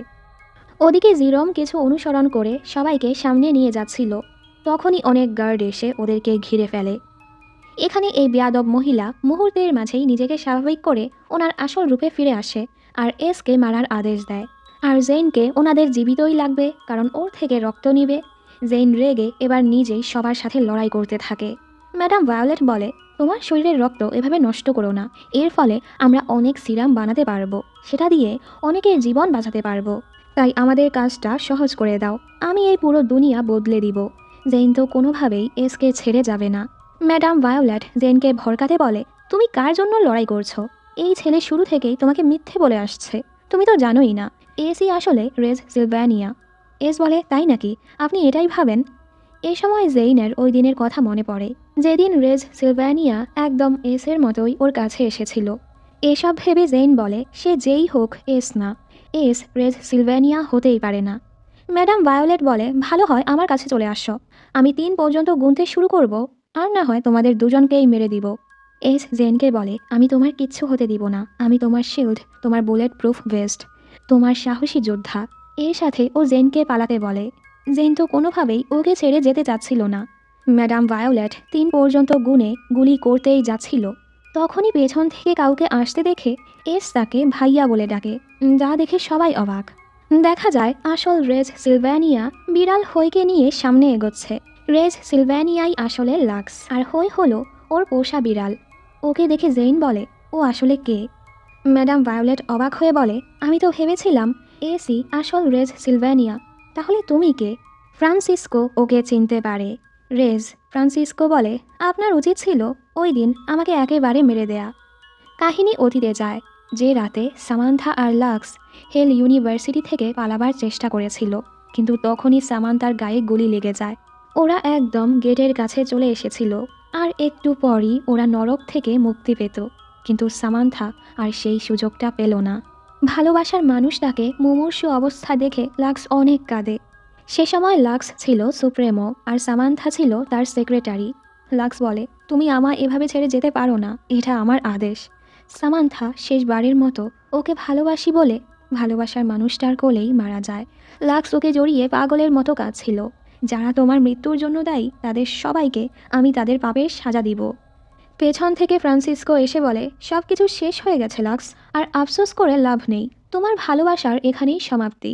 আসল দুনিয়া থেকে ভালো আর কে খারাপ তাতে কিছুই আসে যায় না। যে তাদের দুর্বলতা লুকিয়ে চলতে পারে তারাই শেষে সারভাইভ করতে পারে। তোমায় কতবার সতর্ক করেছিলাম, ভালোবাসায় দুর্বল হইও না। লাক্স বলে, তাহলে আপনারা কিভাবে আপনাদের দুর্বলতা লুকাবেন? একদিন পৃথিবীর সবাই আপনাদের এই নিকৃষ্ট কাজের ব্যাপারে জেনে যাবে। তখন আপনাদের পরিণতি হবে খুবই ভয়াবহ। উনি বলে, আসলে আমিও প্রথমে দ্বিধায় ছিলাম, আর ব্যাপারটা ভায়োলেটকে বলি, কিন্তু ক্ষমতার জন্য তো একটু পাগলামি করতেই হবে, আর সব কিছু ভালোবাসার জন্যই সম্ভব হয়েছে। তুমি তো আমার ব্যাপারটা বুঝতে পারবে, তুমি তো সামান্থার জন্য পুরো দুনিয়ার সাথে লড়াই করতে প্রস্তুত ছিলে। ঠিক তেমনভাবে আমিও ভায়োলেটের জন্য সব কিছু করতে রাজি। আমরা দুজনই ভালোবাসার শিকার। লাক্স বলে, আমি কখনোই আপনার মতো না। আমার ভালোবাসা আপনার ভালোবাসার মতো নিকৃষ্ট না। একদিন আপনাদের নিচে যাওয়ার সময় অবশ্যই আসবে। উনি বলে, হ্যাঁ, খারাপ সময় আসতে পারে, আবার নাও আসতে পারে, তবে সেটা দেখার জন্য তুমি আর বেঁচে থাকবে না। এর সাথে উনি লাক্সকে গুলি করে দেয় আর বলে, নরকে তোমার সাথে দেখা হবে, এই বলে চলে যায়। কিন্তু গুলিটা লেগেছে লাক্সের চোখে। ওর চোখ নষ্ট হয়ে গেলেও ও কোনোভাবে বেঁচে যায়। বর্তমানে লাক্স বলে, কি এবার আমায় চিনতে পেরেছেন? ওনারা তো অবাক। এস জেনকে বলে, লাক্সারি ভালদেস মানে রেজ সিলভানিয়া আমার বড় ভাই। জেন তো অবাক, তুমি এতদিন আমার কাছে এসব লুকিয়েছ। এস বলে, সরি, আমি তোমায় বলতে পারিনি, তবে এখন থেকে আমি তোমাকে সব কিছুই বলবো। ম্যাডাম ভায়োলেট ওকে বলে, তুমি কিভাবে বাঁচলে? লাক্স বলে, আপনি ঠিকই বলেছিলেন, সকল বন্ধুরা নিজের পক্ষে হয় না। ফ্ল্যাশব্যাকে দেখানো হয় আসলে ডাক্তার রেজন লাক্সকে বাঁচিয়েছিল, যেটা খুবই সারপ্রাইজিং। আমি তো ওনাকে খারাপ ভেবেছিলাম। ডাক্তার রেজনই ওকে সুস্থ করে তুলেছে। এরপরই লাক্স নিজের পরিচয় গোপন করে ডেভিল গড ওয়ারিয়র গ্যাংয়ের লিডার রেজ সিলভানিয়া হয়ে গেছে। আর যারা ওর বাবা মিস্টার ভালদেস আর ভালোবাসার মানুষ সামান্থাকে মেরে ফেলেছে, তাদের থেকেই প্রতিশোধ নিতে ও ফিরে এসেছে। ম্যাডাম ভায়োলেট রেগে বলে, আমার আশেপাশে ধোঁকাবাজ দিয়ে ভরা। লাক্স বলে, যারা কখনো আপনার পক্ষেই ছিল না তাদের কিভাবে ধোঁকাবাজ বলতে পারেন? জেন বলে, সবাই আপনার বিপক্ষে। মিস কাথো আপনার আদেশ পালন না করে এসকে সাহায্য করেছে পালাতে। আপনার একমাত্র সহযোগী আপনার ছেলেও শেষ সময় আপনার থেকে মুখ ফিরিয়ে নিয়েছে। আপনার এই পাগলাটে আসক্তির জন্য আপনি নিজের ছেলেকেও মেরে ফেলেছেন। উনি রেগে বলে, এনাফ, তাতে কি হয়েছে? এসব মূল্যহীন। আশেপাশে দেখো, সবাই তোমাদের ঘিরে ফেলেছে। খুবই লজ্জাজনক। এটাই তোমাদের প্ল্যান ছিল? এরপরও আমিই জিতব। তুমি এত বছর পর ফিরে এসেছ যেন আমি তোমাকে আর তোমার ভাইকে একসাথে মারতে পারি। লাক্স বলে, আমি ফিরে এসেছি এই নরকের খেলা বন্ধ করতে। ম্যাডাম ভায়োলেট তার গার্ডদের আদেশ দেয় ওদেরকে মেরে ফেলতে। লাক্স নিজের চাকু ছুঁড়ে মারতেই ডেভিল গড ওয়ারিয়র আর ব্ল্যাক ব্লাড গ্যাং এখানে চলে আসে। সবাই একসাথে শত্রুদের সাথে লড়াই করছিল। জেন তো অবাক। এস বলে, অবাক হয়েছ? এমনিতেই আমার নাম এস রাখা হয়নি। সবাই এখানে লড়াই করছিল। এস আর জেন সেফ জোনের দিকে যেতে থাকে, কারণ এসের অবস্থা তো খুবই খারাপ। এ সময় একজন জেইনের উপর হামলা করতে গেলে মা এসে ওকে বাঁচিয়ে নেয়। ওরা দুজন দুজনকে ঠিক দেখে খুশি হয়। এস সবাইকে জানায় ম্যাডাম ভায়োলেট আর ফ্রান্সিসকো পালাচ্ছে। কয়েকজন জলদি তাদের পিছু যায় তাদের আটকানোর জন্য। এখানে নাজির হঠাৎ এক দৃষ্টিতে নিকির দিকে তাকিয়েছিল। নিকি বলে, তাকানো বন্ধ করো, আর না হয় তোমায় গুলি করে দিব। সমস্যা কি তোমার? নাজির বলে, আমি মরে যাচ্ছি। ওই বিষাক্ত গ্যাস আমার পুরো শরীরে ছড়িয়ে পড়ছে। নিকি কিছুক্ষণের জন্য থমকে গেলেও বলে, তাহলে মরে যাও। এ সময় একজন নিকিকে গুলি করতেই যাচ্ছিল। নাজির সামনে এসে নিকিকে বাঁচিয়ে নেয়, যার ফলে নাজিরের গায়ে গুলি লেগে যায়। এই দেখে তো নিকি রেগে সেই গুন্ডাটাকে অনেকগুলো গুলি করে মেরে দেয়। নাজির মাটিতে লুটিয়ে পড়ে। নিকি কাঁদতে থাকে, প্লিজ হুশে ফিরে আসো, প্লিজ চোখ খোলো। আমরা অলমোস্ট এখান থেকে মুক্ত হতে যাচ্ছি। এ সময় তুমি এভাবে আমাকে ছেড়ে যেতে পারো না। ও তো নাজিরকে বুকে জড়িয়ে অনেক কাঁদছিল আর স্বীকার করে নেয়, নাজির, আমি তোমাকে অনেক ভালোবাসি, আমাকে ছেড়ে এভাবে যেও না। হঠাৎ নাজির বলে ওঠে, আমিও তোমাকে ভালোবাসি। আসলে তো ও নিকিকে স্বীকার করাতে চাচ্ছিল নিকিও ওকে ভালোবাসে, এজন্যই ও মরার ভান ধরেছে। নিকি তো রেগে ওকে চড় মারে, তুমি বেঁচে আছো, আমি কাঁদছিলাম আর তুমি নাটক করছিলে। নাজির হেসে বলে, আমিও জানতাম তুমি আমাকে ভালোবাসো। আর দুজন সুন্দর করে এখানে কিস করে। ওদিকে ম্যাডাম ভায়োলেট পালাচ্ছিল। তখনই ফ্রেডজি অনেল, স্যার আলভারেজ আর সাথে আরও স্পেশাল ফোর্স নিয়ে তাদেরকে ঘিরে ফেলে। এর সাথে বাকি সারভাইভ করা ছাত্রছাত্রীরাও এখানে চলে আসে। জেইন ওর বন্ধুদেরকে ঠিকঠাক দেখে অনেক খুশি। এত কিছুর পরও সব বন্ধুরা ঠিকঠাক আছে, এর চেয়ে খুশির আর কী হতে পারে। এ সময় এখানে ফেরি নামের ছেলেটাকে দেখে জেইন অবাক, কারণ ফেরি সুপ্রেমোর গায়ে পানি ফেলার কারণে সুপ্রেমো তো ওকে শাস্তি হিসেবে ডার্ক হেল জেলে শাস্তি দিয়েছিল, যেখান থেকে কেউই বাঁচতে পারে না। জেইন তো অবাক, ও বাঁচল কিভাবে? ম্যাডাম ভায়োলেট এই দেখে অবাক হয়, ব্ল্যাক ব্লাড গ্যাং আর ডেভিল গড ওয়ারিয়র গ্যাং একসাথে কিভাবে? ওরা একজন আরেকজনের সাথে লড়াই করছে না কেন? রেজ হেসে বলে, আপনি এসবে বিশ্বাস করেছেন? এস বলে, আপনি কি ভেবেছেন আমরা সবাই এখানে পাওয়ারের পিছু ছুটেছি? Black blood gang, devil god warrior gang আর আমি স্টুডেন্ট প্রেসিডেন্ট, আমরা সবাই একসাথেই কাজ করেছি। আমাদের সবার উদ্দেশ্য একটাই ছিল, আপনাকে ধ্বংস করা আর এই হেল ইউনিভার্সিটি থেকে ছাত্রছাত্রীদের মুক্ত করা। আপনি সবসময় সেই ফর্মুলা পাওয়ার পেছনে পাগল ছিলেন। আপনি যখন সেই কাজে ব্যস্ত ছিলেন, আমরাও আমাদের প্ল্যান চালিয়ে গিয়েছি এখান থেকে বের হওয়ার জন্য। ম্যাডাম ভায়োলেট বলে, তাহলে একদম শুরুতে যে রেজ সিলভ্যানিয়ার ভাই রুজ সিলভ্যানিয়া মারা গিয়েছে, সেটা কি? এস বলে, রুজ সিলভ্যানিয়া বলতে আসলে কেউই নেই। আমি লাক্সের মানে রেজ সিলভ্যানিয়ার একমাত্র ভাই। ম্যাডাম ভায়োলেট বলে, আমায় বোকা পেয়েছ? আমি রুজের মৃত শরীর দেখেছি, সেটা কে ছিল? এস বলে, বড় এক কাজে সফল হওয়ার জন্য কিছু স্যাক্রিফাইস তো করতেই হয়। লাক্স বলে, আপনাকে বিশ্বাস করানোর জন্য যে ব্ল্যাক ব্লাড গ্যাং আর ডেভিল গড ওয়ারিয়র একজন আরেকজনের শত্রু, এই জন্য সে নিজের জীবনটা স্যাক্রিফাইস করেছে। ভায়োলেট বলে, ও তাহলে তোমরা ওর মৃত্যুর ফয়দা তুলেছ এটা দেখানোর জন্য যে দুই গ্যাংয়ের সংঘর্ষ দিন দিন আরও খারাপ হচ্ছে। এস বলে, আমরা আমাদের এক বন্ধুকে হারিয়েছি, তবে তার মৃত্যু আমরা বৃথায় যেতে দেইনি। ভায়োলেট বলে, আমি ইমপ্রেস, তোমরা তো আমার মতোই। এস বলে, আমরা কখনোই আপনার মতো না। আমরা এসব করেছি আমাদের স্বাধীনতার জন্য।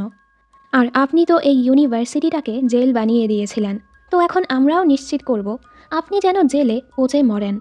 ফ্রান্সিসকো বলে, সরি মাই লাভ, আমি তোমাকে হতাশ করেছি। আমার উচিত ছিল তখন লাক্সের মৃত্যুটা নিশ্চিত করা। লাক্স বলে, আপনি ওই দিন লাক্সকে মেরে ফেলেছেন। ওই রাতেই লাক্স মারা গিয়েছে। এখন এটা শুধু রেজ সিলভ্যানিয়া, যে খুবই ভয়ঙ্কর। ওদিকে নাজিরকে চিকিৎসার জন্য নিয়ে যাওয়া হচ্ছিল।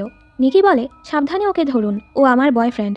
ওর সাথে যদি খারাপ কিছু হয়েছে, আমি আপনাদেরকে খুঁজে খুঁজে মেরে ফেলবো। মানে বোঝাই যায় ও নাজিরকে কতটা ভালোবাসে। এস এখানে রেজ আর জেইনের পরিচয় করায়। রেজ ভাবতে থাকে, আমি ভেবেছিলাম জেইনকে বোকা বানিয়ে বিশ্বাস করাতে পারবো আমি এস। তবে জেইন তো এক পলকেই বুঝে গিয়েছিল আমি এস হতেই পারি না। যদিও আমি শুধু ওর গালে চুমু করেছিলাম, এস সেটা জানতে পারলে আমাকে মেরেই ফেলবে। জেইন বলে, এবার কি তোমরা আমাকে সব কিছু এক্সপ্লেন করবে, স্পেশালি তোমাদের গ্যাংয়ের ব্যাপারে?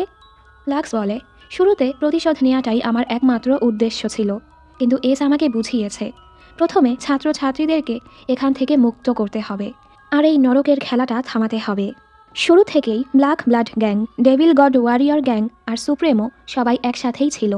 গ্যাংয়ের লিডাররা আর ওদের বিশ্বস্ত কিছু লোকেরাই এই প্ল্যানের ব্যাপারে জানতো। আর গ্যাংয়ের মাঝে যে ঝগড়া লড়াই টড়াই হতো, এসব কিছু ম্যাডাম ভায়োলেটের চোখে ধুলা দেওয়ার জন্য, যেন উনি জানতেই না পারে ওনার পিঠ পিছু ওরা কী করছে। আর সুপ্রেমো যাদেরকে শাস্তি হিসেবে ডার্ক হেল জেলে আটকে দিত, আসলে তো সেটার মাধ্যমে সুপ্রেমো ছাত্রছাত্রীদেরকে হেল ইউনিভার্সিটি থেকে পালাতে সাহায্য করত। কারণ ডার্ক হেল জেলের ভেতরে হেল ইউনিভার্সিটি থেকে বের হওয়ার সিক্রেট সুড়ঙ্গ ছিল। এস বলে, যাদেরকে মুক্ত করে দেয়া হতো তারা গিয়ে পুলিশের সাথে যোগাযোগ করত হেল ইউনিভার্সিটি খোঁজার জন্য, যেন তারা ওয়ারেন্ট নিয়ে এখানে আসতে পারে। জেইনও বুঝতে পারে এজন্যই ফেরি বেঁচে আছে। ফেরিও ওদের গোপন তথ্যদাতা ছিল। এস বলে, দেব প্রথমে আমাদের অপারেশনের ব্যাপারে জানতে পারে যে আমরা তিনজন একই সাথে কাজ করছি, আর ডার্ক হেল জেলের মাধ্যমে আমরা ছাত্রছাত্রীদেরকে পালাতে সাহায্য করছি। এরপর দেব এ ব্যাপারে জিরোম আর মাথকে বলেছে। এজন্যই মাথ আমাদের সাহায্য করতে ব্ল্যাক ব্লাড গ্যাং আর জিরোম ডেভিল গড ওয়ারিয়র গ্যাংয়ে জয়েন হয়েছে। জিরোমও ছাত্রছাত্রীদেরকে এখান থেকে বের হতে সাহায্য করত। জেইন অবাক হয়ে বলে, তাহলে এতদিন আমি বোকার মতো একা একা সমস্যার সমাধান করতে চাচ্ছিলাম। রেজ বলে, এমনটা না, তুমি অ্যাডমিনদেরকে হতবাক করে দিয়েছ। তুমি ছাত্রছাত্রীদেরকে ইন্সপায়ার করেছ ভায়োলেটের বিপক্ষে রুখে দাঁড়ানোর জন্য।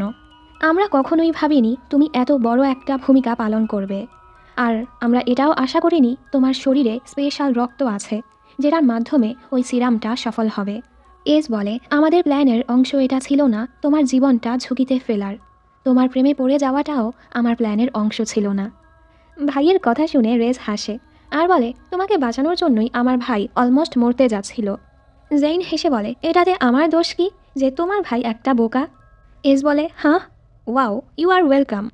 যাই হোক, আমার কিন্তু এখনও কষ্ট হচ্ছে। স্যার আলভারেজ এসে বলে, তোমার চিকিৎসার দরকার। ক্যাম্পাসের বাহিরেই আমরা মেডিকেল টেন্ট বানিয়েছি, সেখানে চলো। জেইন এসকে নিয়ে যায়। সাথে রোকস্যান আর নিকিও ছিল। ওদিকে মাতের মাথায় আঘাত লেগেছে, অ্যাঞ্জেলিকা ব্যান্ডেজ করে দিচ্ছিল। ও তো ব্যথায় অ্যাঞ্জেলিকার হাত ধরেছিল।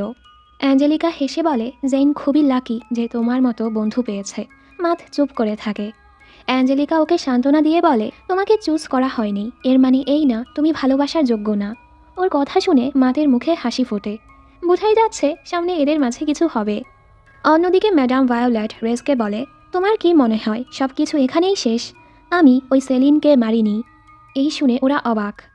উনি বলে, আড়ালে আরও কিছু লোক আছে যারা নীরবে তাদের নৃশংস কাজ চালিয়ে যাচ্ছে, কারণ তারাও ওই সিরামটা পেতে চায়। তোমরা নিশ্চয়ই গোল্ডেন মাস্ক পরা ওই লোকদেরকে দেখেছ। এখনও সব কিছু শেষ হয়নি। আমার কাছে এখনও সুযোগ আছে সেই সিরামটা পাওয়ার। এ সময় লিয়ামের লাশটা গাড়িতে তোলা হয়।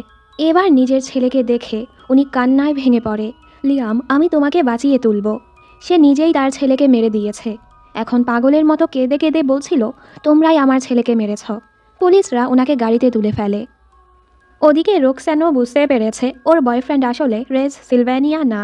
ওর তো রাগ হয়, সবাই আমাকে বোকা বানিয়েছে। আরও জেইনের হাতটা ধরে বলে, আমি চাই তুমি আমার বন্ধু হও। জেইন বলে, কেন? আমি কেন তোমার বন্ধু হব? রোকস্যান বলে, তোমার তো উচিত আমাকে ধন্যবাদ বলা, কারণ ব্লাডি উইকের সময় তোমার শিকারকে আমিই মেরেছিলাম। লকার গেমে যে তোমার নাম পেয়েছিল, আমি তোমাকে বাঁচাতে তাকে মেরে দিয়েছিলাম। এই শুনে তো জেইন অবাক। রোকস্যান বলে, তো আমরা তো এখন বন্ধু, তাই না? আর ওর গালে চুমুও দিয়ে দেয়। জেইন আর এস দুজনই অবাক। নিকি বলে, তোমরা অনেক ক্রিঞ্জ। এবার নিকির কিছুটা সন্দেহ হচ্ছিল, আমরা এতদূর আসার পরও এখান থেকে বের হচ্ছি না কেন। তখনই স্যার আলভারেজের পকেট থেকে একটি মেয়ের ছবি পড়ে। উনি জলদি সেটা তুলে সামনে চলে যায়। নিকি বলে, এখানে নিশ্চয়ই কিছু গড়বড় আছে। জেন বলে, তোমার কথার মানে কি? তখনই গোল্ডেন মাস্ক পরা গ্যাং এসে ওদেরকে ধরে ফেলে। এর মানে এই গ্যাং আসলে স্যার আলভারেজের। ওদিকে মাথ বলে, ভায়োলেট যদি সেলিনকে না মারে তাহলে কে মেরেছে? রেস বলে, নিশ্চয়ই এখানে কোনো গড়বড় আছে। ও জলদি এস আর জেইনের কাছে যেতে নিচ্ছিল। বন্ধুরা বলে, আমরাও তোমার সাথে যাব। স্যার আলভারেজ বলে, সরি জেইন। নিকি বলে, আপনি একটা ধোঁকাবাজ। আর নিজেকে ছাড়িয়ে আলভারেজের উপর হামলা করতেই যাচ্ছিল। তখনই আলভারেজ নিকির হাতে গুলি করে দেয়। ওরা সেই গুলির শব্দ শুনে জলদি সেদিকে যেতে থাকে। জেইন বলে, আপনি এসব কেন করছেন? আলভারেজ বলে, আমার সন্তানের জন্য। জেইন, তোমাকে আমার লাগবে, যেন আমার মেয়েকে আবারও বাঁচাতে পারি। তোমাদের ধারণাও নেই আমি আমার মেয়েকে বাঁচানোর জন্য কি কি করতে পারি। জেইন বলে, আপনার কি মনে হয় আপনি যদি এসব করে ওকে পুনরায় জীবিত করেন তাহলে কি ও আপনাকে ক্ষমা করে দেবে? আলভারেজ বলে, সেলিনও একই কথা বলেছিল। সেলিন চিল্লিয়ে বলে, এর মানে আপনি সেলিনকে মেরেছেন? আপনি একটা মনস্টার। আসলে এখানে যে সকল ছাত্রছাত্রীরা অকারণেই মারা যেত তাদেরকে আসলে স্যার আলভারেজের গ্যাংই মারত। উনি বলে, তুমি যদি আমার সাথে না আসো আমি তোমাদেরকে এখানেই মেরে দিব। আমার তো শুধু তোমার রক্তেরই প্রয়োজন। এস বলে, আমি কখনোই তোমাকে জেনকে নিতে দিব না। আলভারেজ বলে, ঠিক আছে। এর সাথে উনি জেনকে গুলি করতেই যাচ্ছিল। তখনই আলভারেজের হাতে গুলি লাগে। সেই গুলি আর কেউ না, অ্যালিসন করেছে। অ্যালিসনকে দেখে জেন খুশি হয়ে যায়। আর এস বলে, সামান্থা? কারণ অ্যালিসন দেখতে হুবহু সামান্থার মতো। অ্যালিসন তো আগেই হেল ইউনিভার্সিটি খোঁজার মিশন পেয়েছিল। আর পরবর্তীতে জেইন যখন গায়েব হয়ে যায় আর মাসের পর মাস গায়েব ছিল, তখন ও আরও ভালো করে হেল ইউনিভার্সিটি খুঁজতে শুরু করেছে। আর আজ ও এখানে চলে এসেছে। এখানে আমরা জানতে পারি অ্যালিসন আর আলভারেজ আগে থেকেই একজন আরেকজনকে চেনে। অ্যালিসন আর ওনার মেয়ে শেন স্পেশাল এজেন্ট হয়ে কাজ করত। অ্যালিসন ছিল বেশ পরিশ্রমী আর মেধাবী, যার ফলে সবাই ওর সম্মান করত, ওর প্রশংসাও করত। যেসবে শেন অনেক জেলাস হতো। একবার এক মিশনে শেন অ্যালিসনকে মেরে ফেলতেই যাচ্ছিল, তখনই পেছন থেকে শত্রু দলের একজন এসে শেনকে মেরে দেয়। অ্যালিসন বলে, আমি আপনার মেয়েকে মারিনি, রাগ আর হিংসাই ওর মৃত্যুর কারণ। উনি বলে, তোমার কারণে আমার মেয়ে মরেছে। সবসময় তুমি সকল কাজের ক্রেডিট আর প্রশংসা নিয়ে যেতে, যেটা আমার মেয়েকে শেষ করে দিয়েছে। অ্যালিসন বলে, তোমার রাগ তোমাকে অন্ধ বানিয়ে ফেলেছে। আলভারেজ বলে, আমিও তোমার বোনকে মেরে দিব, তাহলেই আমরা সমান হয়ে যাব। এর সাথে উনি ওনার লোকদেরকে বলে অ্যালিসনের উপর হামলা করতে। অ্যালিসন ছিল স্পেশাল এজেন্ট, তো ওকে হারানো এতটা সহজ না। এই সুযোগে সবাই নিজেদের ছাড়িয়ে নেয়। আলভারেজ জেইনকে গুলি করতেই যাচ্ছিল। এস ওনাকে থামাতে গেলে ওর বুকেই গুলি লেগে যায়। অ্যালিসন জলদি ওনার হাতে গুলি করে দেয়। এসের অবস্থা খারাপ হয়ে যায়। জেইন তো প্রচণ্ড কাঁদতে থাকে। অ্যালিসন আলভারেজকে মেরে মেরে বেহুশ করে দেয়। এতক্ষণে ভোর হয়ে গেছে। জেইন কেঁদে কেঁদে বলে, তোমাকে বাঁচতেই হবে। তুমি তো আমায় বলেছ এখান থেকে বের হয়ে আমার জন্য গান গাইবে। এসের অনেক কষ্ট হচ্ছিল, এরপরও ও জেইনের জন্য গান গাইতে থাকে আর বলে, ডার্লিং, আমি সবসময় তোমায় ভালোবাসবো। এর সাথেই ও বেহুশ হয়ে যায়। জেইন অনেক কাঁদতে থাকে। এর মাঝে ওরাও জেইন আর এসকে খুঁজে পায়। অ্যালিসন এসে বলে, ওকে এক্ষুনি সিপিআর দিতে হবে, ওর মাথাটা উঁচু করো। অ্যালিসনকে দেখে লাক্স অবাক। ও তো একদমই ওর ভালোবাসার মানুষ সামান্থার মতো দেখতে। তখনই ডাক্তার রেজান চলে আসে আর বলে, ওর পালস খুবই দুর্বল, কিন্তু এখনও বেঁচে আছে, জলদি ওকে হাসপাতালে নিতে হবে। অ্যালিসন বলে, হাসপাতাল তো অনেক দূর। লাক্স বলে, ডাক্তার যেভাবেই হোক ওকে বাঁচান। জেইন বলে, আমায় ব্যবহার করুন আর সুপ্রেমোকে আবারও জীবিত ফিরিয়ে আনুন। উনি বলে, তোমার শরীর এটা মানতে পারবে না, এর ফলে তুমি মারাও যেতে পারো। জেইন চিল্লিয়ে বলে, যত লাগে আমার রক্ত ব্যবহার করুন আর যেভাবেই হোক সুপ্রেমোকে বাঁচান। আমি মরে গেলেও আমার কিছু আসে যায় না। আমি আমার রক্তের শেষ ফোঁটা দিয়ে হলেও সুপ্রেমোকে বাঁচাবো। ওর এসব কথা শুনে ডাক্তার রেজনও রাজি হয়ে যায় আর জলদি ওদেরকে এখানে ল্যাবে নিয়ে আসা হয়। জেইনের অবস্থা খুবই খারাপ। এরপরও ভালোবাসার মানুষটাকে বাঁচাতে জেইন নিজের জীবন দিতেও প্রস্তুত। বেহুশ হওয়ার আগে এসের সাথে কাটানো মুহূর্তগুলো জেইনের চোখে ভেসে ওঠে। এভাবেই কিছু সময় পার হয়ে যায়। মিস কাথ লিখছিল, হেল ইউনিভার্সিটির ছাত্রছাত্রীদের স্যাক্রিফাইস ইতিহাসে চিরস্মরণীয় হয়ে থাকবে। ক্ষমতায় লোভী শাসকরা জিম্মি হওয়ার পর একে একে আমাদের বন্দি করা দেয়ালগুলো ধুলোয় মিশে গেছে। যে দেয়ালগুলো একটা সময় অটুট বলে মনে হতো, সে দেয়ালগুলো আজ ভেঙে পড়েছে আর আমরা অবশেষে স্বাধীনতার স্বাদ অনুভব করেছি। কিছু ছাত্রছাত্রী একদমই সময় নষ্ট না করে একবারও পিছু না তাকিয়ে এখান থেকে পালিয়ে গেছে। তবে কেউ কেউ এখানে থেকে গিয়েছে তাদের মাঝের আঘাতগুলো সারানোর জন্য আর সম্পর্কগুলো আরও গভীর আর শক্তিশালী করার জন্য। দেখা যায় মাথ অবশেষে তার ভালোবাসার মানুষ পেয়েছে। মানে মাথ আর অ্যাঞ্জেলিকা এখন ডেট করতে শুরু করেছে। ওদিকে মিয়া আর দেবও অবশেষে ডেট করতে শুরু করেছে, যদিও ওরা আগে থেকেই একজন আরেকজনকে পছন্দ করত। মিস কাথ আরও লিখে, তবে এই সব কিছু স্মৃতি হওয়ার পূর্বে তারা তাদের ছাত্র জীবনের শেষ অধ্যায়টা সম্পন্ন করার সিদ্ধান্ত নেয়।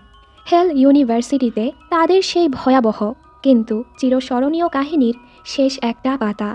তবে এটা সকল ঘটনা ভুলে যাওয়ার জন্য নয়, বরং তাদের সারভাইভ করার কথাটা মনে রাখার জন্য। আজ ছিল ওদের গ্র্যাজুয়েশন ডে। আজও ব্ল্যাক ব্লাড গ্যাং আর ডেভিল গড ওয়ারিয়র গ্যাং সামনাসামনি হয়। শত্রু শত্রু দেখালেও তারা আসলে বন্ধু।